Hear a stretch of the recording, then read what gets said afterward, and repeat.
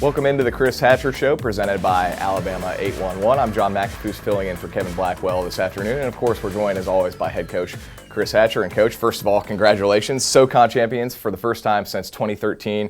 You guys head to Chattanooga, Tennessee, come away 35-24 winners. It's a school that's had your number, so it had to feel good to beat them to be able to clinch a SoCon championship. No question, and we're very appreciative of the situation that we're in. Our players played extremely hard. We played very physical.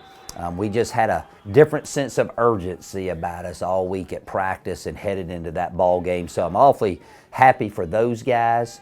I'm happy for our assistant coaches who put together a great plan, and our players executed. And then, to go on the road, play Chattanooga, a team of their caliber, a ranked team, a team that has had our number long before I became the coach. And for us to do it at that stage was very special. And conference championships, they're any championship's very difficult to come by, especially here at Samford. It hadn't happened in a long time, so very, very excited for our team. Very well deserved, but we have a lot more to accomplish with this group. Did you get to celebrate this one a little bit longer than you normally can?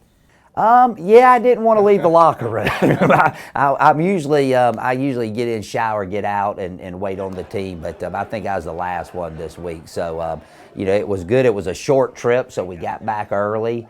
And this is my 11th season in the Southern Conference, and the first Southern Conference championship team that I've been on. So it was extra special. In our first team meeting after the game on Monday, there was a different buzz in the room, so we took about 2 minutes to kind of discuss where we were at, and our guys were very excited. But again, like I said earlier, our team, our coaches, and especially myself, we still have a lot more to accomplish with this football team. Well, big plays in all three phases. Let's start with the offense. I know you and Kevin have talked a lot about Michael Hires, but another really good week for your quarterback. He's player of the week again, 37 for 47, 4 touchdowns in the air, 1 with his feet. He leads all of Division I in completion percentage right now, including FBS. And I think what sticks out to me is he doesn't make a lot of bad decisions. He makes smart decisions with the football. Yeah, he's been playing a lot more consistent. He's a tough competitor. I believe the guys respect him. And then each week he's just gotten better continuity with our wide receivers. So he's been playing at a very high level. The run that he made on the last drive of the game to get the first down, to get us where we could run the clock out, was probably the play of the day for him and our offense.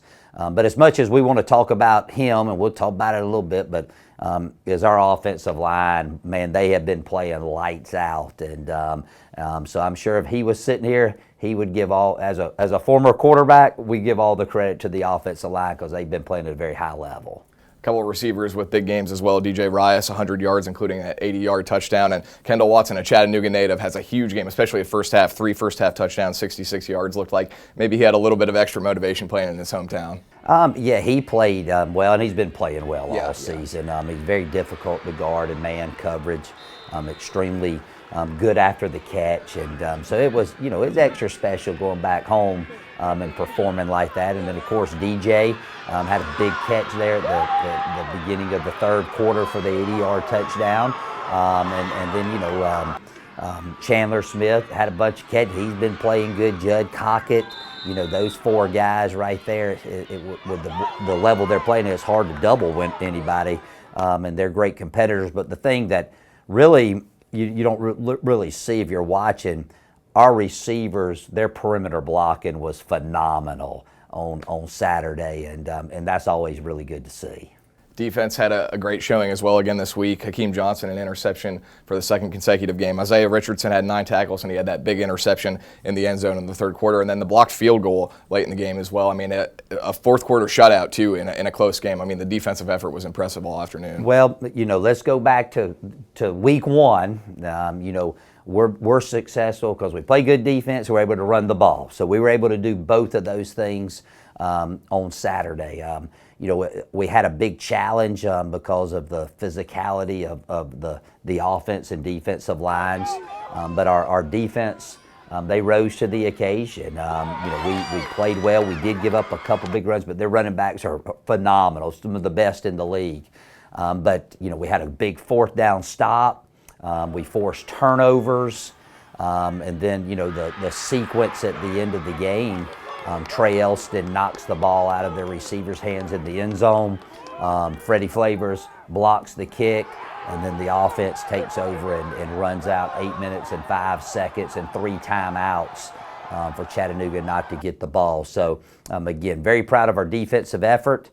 Those guys were feeling it, and, buddy, they showed up to play.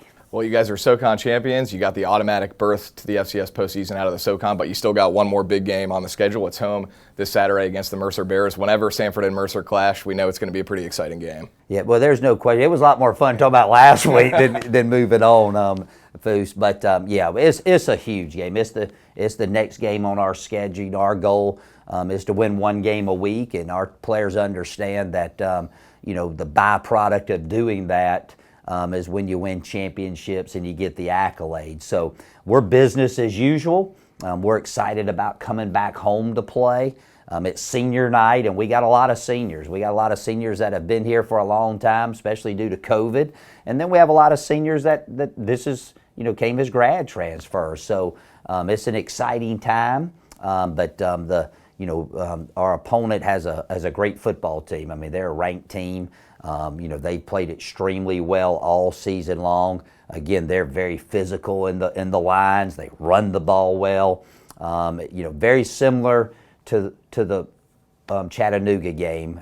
We got to be able to control the lines and better run the football. And if we're able to do that, good things will come our way. But again, it's a big challenge. We need a big crowd, and Senior Day again is awfully special for me. Just because you spend so much time with the young men and even the guys that just got here, it's been amazing to see how much they've grown. And then it's also very special because it'll be my son's senior day too. So we're looking forward to it. Coach, always appreciate your time. Thank you very much. Samford taking on the Mercer Bears, 12 o'clock Saturday at Cybert Stadium. Like Coach said, hoping to pack it out. You can still get tickets at samfordtickets.com. That'll do it for this edition of the Chris Hatcher Show presented by Alabama 811.